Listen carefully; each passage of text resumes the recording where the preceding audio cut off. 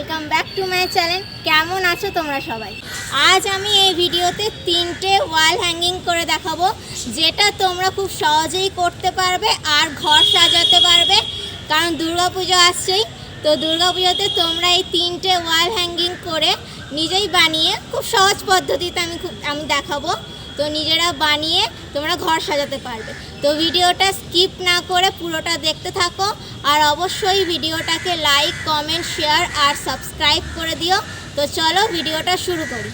তো প্রথম ওয়াল হ্যাঙ্গিংটা বানানোর জন্য আমি এখানে কার্ডবোর্ড নিয়েছি। কার্ডবোর্ডটা আমি গোল শেপ করে কেটে নিয়েছি। তার ওপরে আমি ইয়েলো কালারের মার্বেল পেপার নিয়ে কভার করে নিয়েছি, আর পেছন দিকটা আমি খবরের কাগজ দিয়ে কভার করে নিচ্ছি। এরপরে আমি ইয়ারবাডস নিয়েছি। ইয়ারবাডসগুলোর এই তুলোর দিকটা কাঁচি দিয়ে ভালো করে কেটে নিয়েছি। তারপরে আমি ফোরসেপের সাহায্যে একটা ফুলের শেপ করে নিচ্ছি। এরপরে মাঝখানের অংশটাতেও একটা ইয়ারবাডসের পাইপ ছোট ছোট করে কেটে নিয়েছি। তারপরে ওই জায়গাটাতে আঠা দিয়ে চিটিয়ে দিচ্ছি। তো এইভাবেই আমি সব ফুলগুলো করে নিলাম।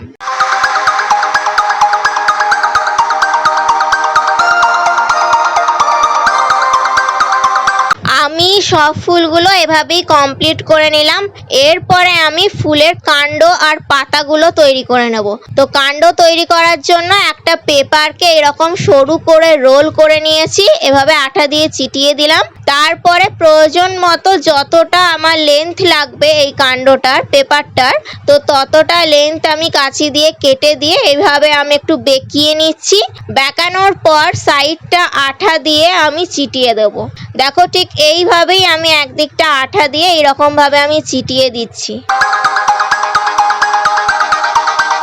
আমার সব পেপারগুলো এভাবেই আঠা দিয়ে চেটানো হয়ে গেছে। এরপরে আমি সবুজ রং করে দেবো। যেহেতু কাণ্ডর রং সবুজ হয়, তো সবুজ রংটা করলে খুব ভালো লাগবে দেখতে।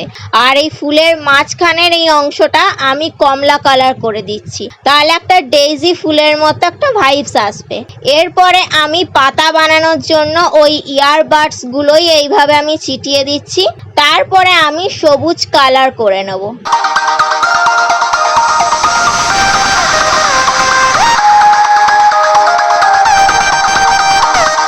পাতাগুলো রং করার পর আমার এই ওয়াল ডেকরটা একদম কমপ্লিট হয়ে গেল।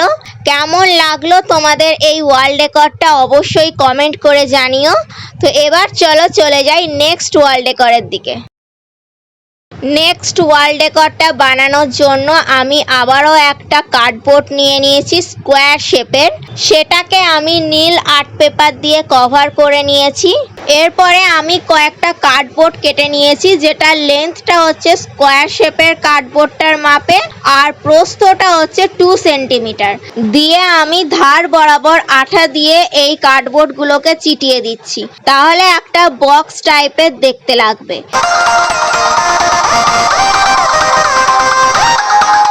এরপরে আমি ডিমের ট্রে নিয়েছি। ডিমের ট্রেটাকে ঠিক আমি কিভাবে কাটবো তোমরা দেখে নাও। এই রকম ভাবে আমি মাপ করে কেটে নিলাম। এরপরে আমি গোল করে কেটে নিচ্ছি। গোল করে কেটে নেওয়ার পর আমি এভাবে কাঁচি দিয়ে একটু একটু করে কেটে নিচ্ছি। এরপরে ধারগুলো আমি গোল শেপ করে কেটে নিচ্ছি, তাহলে একটা ফুলের শেপ হয়ে যাবে এরকম করে কাটলে।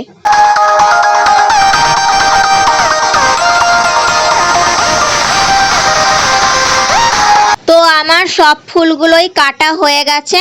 আমি মোট এখানে 7টা ফুল নিয়েছি। এখানে আমি 6টা দেখাচ্ছি, কিন্তু পরে আমি এক্সট্রা আরো একটা ফুল কেটে নিয়েছি।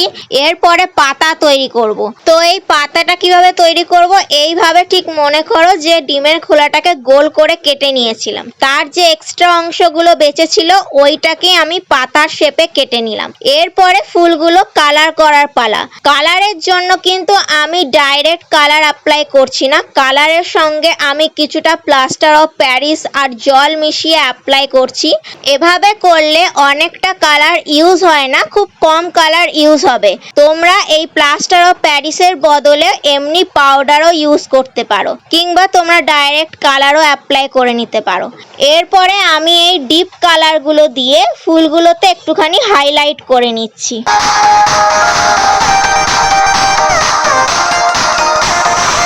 আমার সব ফুলগুলো একদম কালার করা কমপ্লিট হয়ে গেল।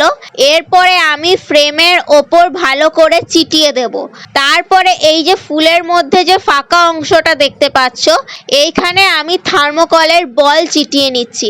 এই থার্মোকলের বলগুলো তোমরা কিন্তু বিভিন্ন কালারেরও নিতে পারো, আবার শুধু সাদাও দিতে পারো, শুধু সাদা দিলেও ভালো লাগবে। এরপরে আমি ফুলের কাণ্ড তৈরি করব। তো তার জন্য ঠিক প্রথম ওয়াল হ্যাঙ্গিংটার মতো কাগজ রোল করে এই রকম ভাবে আমি কাণ্ডগুলোকে বানিয়ে নিয়েছি। আর গ্রিন কালার করার পর আঠা দিয়ে আমি চিটিয়ে দিচ্ছি। তো আমার কাণ্ডটা চেটানো হয়ে গেছে। এরপরে হচ্ছে পাতা চেটানোর কাজ। তো লাস্ট ফিনিশিং শুধু বাকি আছে, তার জন্য আমি পাতার শেপ করে যে কাগজগুলো কেটে নিয়েছিলাম, মানে ডিমের ট্রে থেকেই, তো সেইগুলো আমি চিটিয়ে দিচ্ছি। এরপরে আমি গ্রিন কালার করে নিচ্ছি। ঠিক যে কালারটা আমি কাণ্ডতে অ্যাপ্লাই করেছি ঠিক সেই কালারটাই আমি পাতাতে অ্যাপ্লাই করে নিচ্ছি। তোমরা চাইলে এখানে তোমরা লাইট গ্রিন কালারও অ্যাপ্লাই করতে পারো। এরপরে টপ করার জন্য আমি একটা টি কাপ নিয়েছি, সেটাকে আমি মাঝ বরাবর কেটে নিয়েছি। তারপরে আমি টবের মতো রং করে নিচ্ছি, ব্রাউন কালার করে নিয়েছি, আর ওটার ওপর একটুখানি ডিজাইনও করে নিচ্ছি। তো আমি এই টি কাপ দিয়ে একটা টব তৈরি করলাম। এবারে আমি এটাকে দেয়ালে টাঙানোর ব্যবস্থা করে নিচ্ছি। তো সুতো দিয়ে আমি এরকম ভাবে করে নিলাম যাতে দেয়ালে টাঙাতে পারি। তো এই হলো আমার ওয়াল হ্যাঙ্গিং, দ্বিতীয় ওয়াল হ্যাঙ্গিং। তোমাদের কেমন লাগলো এই সেকেন্ড ওয়াল হ্যাঙ্গিংটা অবশ্যই কমেন্ট করে জানিও। আর যদি ভালো লেগে থাকে তাহলে এই রকম একটা ওয়াল হ্যাঙ্গিং বানিয়ে অবশ্যই দুর্গাপুজোর আগে তোমরা নিজের ঘরকে সাজাতেই পারো।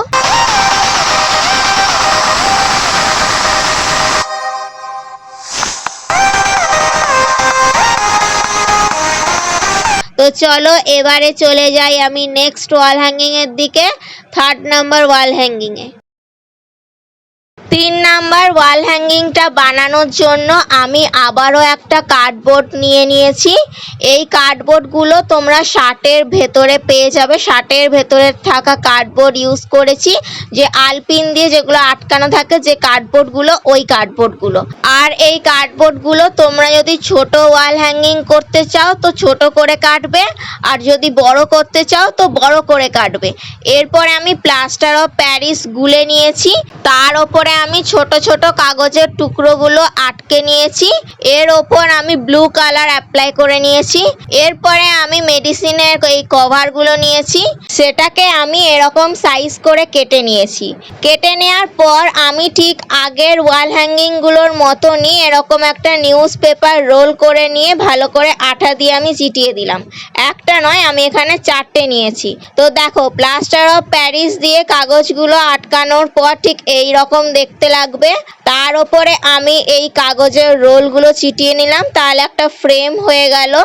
এরপরে আমি ভালো করে চিটিয়ে নিলাম মাস্কিং টেপ দিয়ে, যাতে এই সাইডগুলো খুলে না যায় একদমই। এরপরে আমি এই কাগজের রোলগুলোর ওপর ব্ল্যাক কালার করে নিলাম। তাহলে দেখো একটা ফ্রেমের মতো তৈরি হয়ে গেল, ফ্রেমের মতো নয়, ফ্রেমই তৈরি হয়ে গেল। এরপরে যে মেডিসিনের কভারগুলো ছিল ওইগুলো আমি সাইডে সাইডে আঠা দিয়ে একটা ফুলের শেপ করে আমি চিটিয়ে দিচ্ছি। এইভাবে আমি সমস্ত কভারগুলো ফুলের শেপ করে করে আমি চিটিয়ে দেব।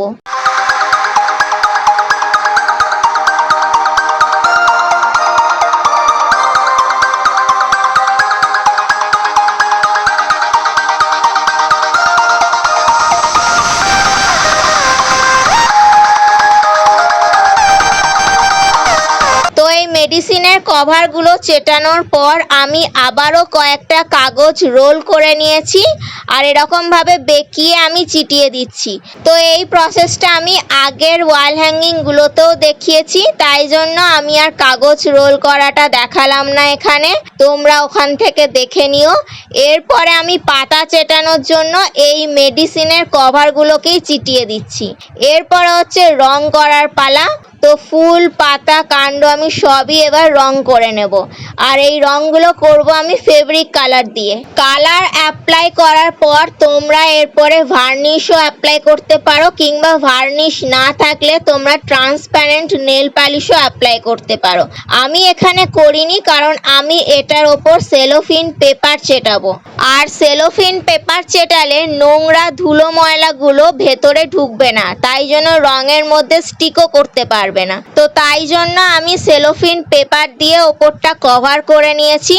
তোমরা যদি সেলোফিন পেপার না দিতে চাও তো তোমরা অবশ্যই এই কালারগুলোর ওপরে কিন্তু ভার্নিশ অ্যাপ্লাই করবে, তাহলে এই ফুল পাতা আরো গ্লেজ করবে, আরো চকচক করবে।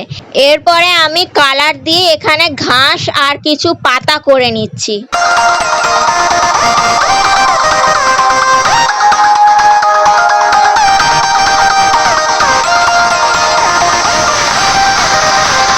তো আমার পাতা আর ঘাস করা কমপ্লিট হয়ে গেল। তো পাতা করে নেওয়ার পর আমার এই ফুলের কালারটা পছন্দ হচ্ছিল না বলে আমি লাল কালার অ্যাপ্লাই করে নিয়েছি।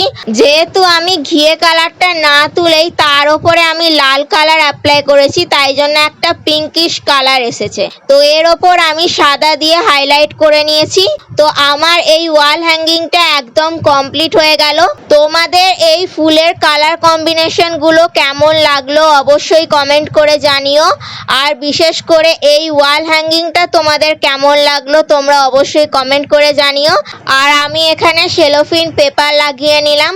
দেখো, সেলোফিন পেপার লাগানোর পর ঠিক এই রকম দেখতে হবে। তো তোমাদের এই তিনটে ওয়াল হ্যাঙ্গিং এর মধ্যে কোন ওয়াল হ্যাঙ্গিংটা সব থেকে বেশি ভালো লেগেছে অবশ্যই কমেন্ট করে জানিও। আর ভিডিওটা ভালো লাগলে অবশ্যই লাইক করে দিও, আর কেমন লাগলো তোমরা কমেন্ট করো। আর যদি বেশি ভালো লেগে থাকে তাহলে বন্ধুদের মাঝে শেয়ার করে চ্যানেলটাকে সাবস্ক্রাইব করে দিও। আজকের মতো এ পর্যন্তই, দেখা হচ্ছে নেক্সট ভিডিওতে।